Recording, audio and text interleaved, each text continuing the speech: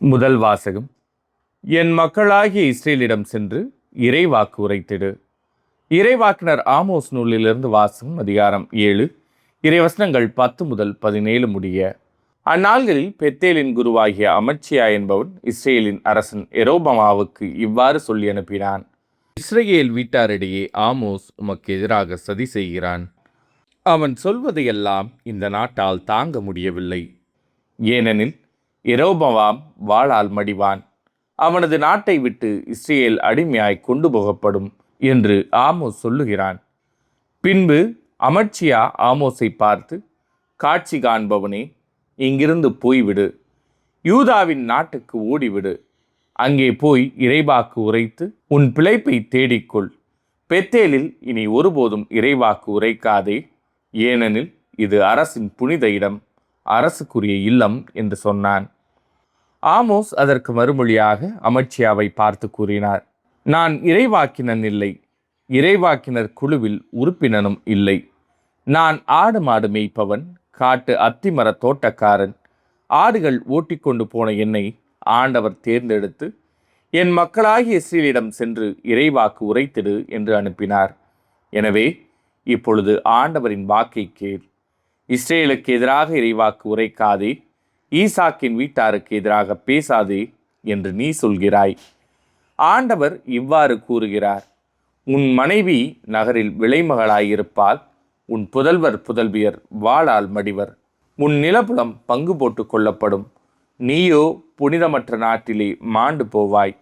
Israel தன் நாட்டுக்கு வெளியே அடிமையாக கொண்டு போகப்படும். இது ஆண்டவரின் அருள்வாக்கு. இறைவா, உமக்கு நன்றி. பதிலுரை பாடல். ஆண்டவரின் நீதி நெறிகள் உண்மையும் நீதியுமானவை.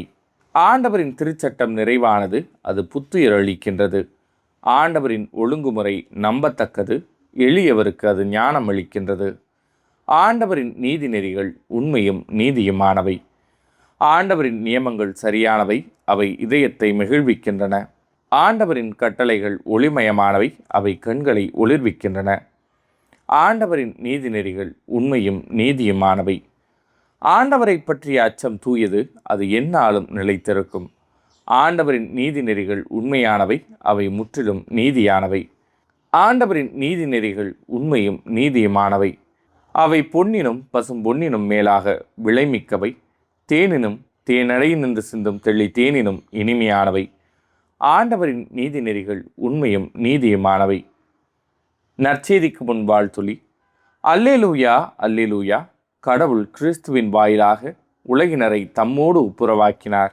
அவரே அந்த ஒப்புரவு செய்தியை எங்களிடம் ஒப்படைத்தார். அல்லேலூயா. நற்செய்தி வாசகம். மக்கள் கடவுளை போற்றி புகழ்ந்தனர். மத்தேயு எழுதிய தூய நற்செய்தியிலிருந்து வாசகம். அதிகாரம் 9, இறைவசனங்கள் 1 முதல் 8 முடிய. அக்காலத்தில் இயேசு படகேறி மறுகரைக்கு சென்று தம் சொந்த நகரை அடைந்தார். அப்பொழுது சிலர் முடக்குவாதமுற்ற ஒருவரை கட்டிலில் கிடத்தி அவரிடம் கொண்டு வந்தனர்.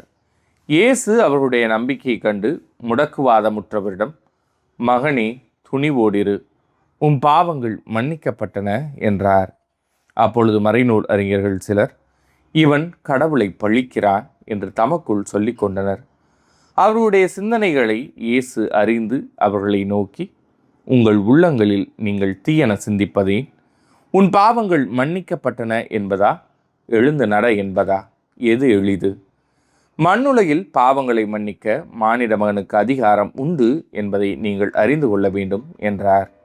எனவே அவர் முடக்குவாதமுற்றவரை நோக்கி, நீ எழுந்து உன்னுடைய கட்டிலை தூக்கி கொண்டு வீட்டுக்கு போ என்றார். அவரும் எழுந்து தமது வீட்டுக்கு போனார். இதை கண்ட மக்கள் கூட்டத்தினர் அச்சமுற்றனர். இத்தகைய அதிகாரத்தை மனிதருக்கு அளித்த கடவுளை போற்றி புகழ்ந்தனர். இது ஆண்டவரின் அருள் வாக்கு. கிறிஸ்துவே உமக்கு புகழ்.